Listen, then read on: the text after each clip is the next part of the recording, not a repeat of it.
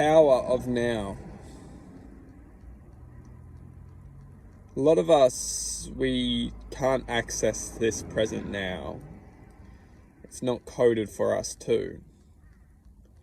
When we start to being able to code it, essentially all we're doing is decoding it.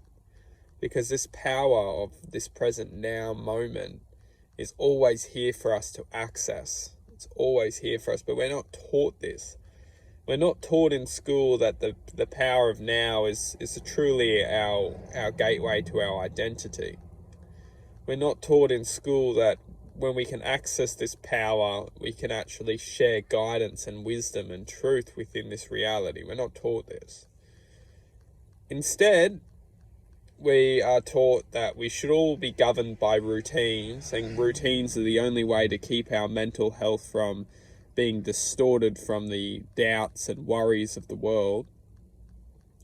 We're taught that we must have things to do. We're taught that we must go out and seek dreams, aka always thinking within the future.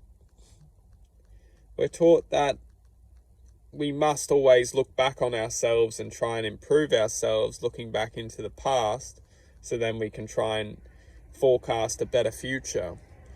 The world that we're living in is very behind our present, because the way that we must understand this is that the true self is presence. The true self is infinite awareness within this present moment. So the true self is essentially the present moment. So in order for us to be taken away from our true self, we just get deluded into whatever's not the present moment, which is the perceptual world of time. And when we start to get lost within this perceptual world of time, we start to create the false identity. The false identity is essentially the perception of everything that isn't now. Everything which is now exists within this moment, and it manifests to infinite potential. Everything that isn't now exists within the false identity. The false identity is limited within consciousness, period. It has limited potential within consciousness. It's the imagination of a limited potential.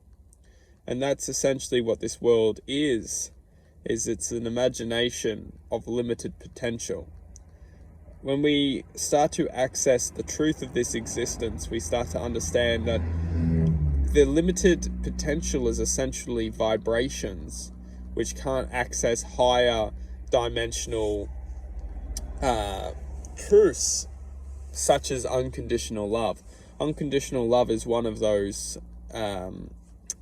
dimensional truths, because it's essentially loving from all angles, loving from a higher place. So it can't connect to this. Therefore, it needs to create a world or a reflection that contains our own love to be able to use our own love against us.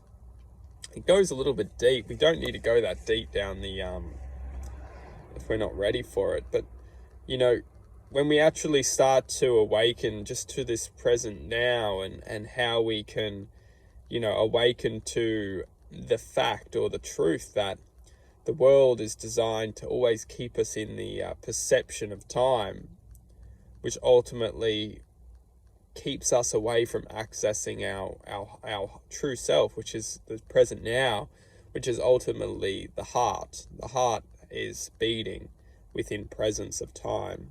Time itself is the illusion. Presence is the truth. So if we want to find the gateway or the code, we connect to our hearts. And then we can start from there and start to travel within the journey of existence, the true journey of existence, which is the true connection to spirit, which is unconditional love, which we can welcome, which can ultimately heal any perception, any fear, any doubt, any stress. We can ultimately love in an unconditional form.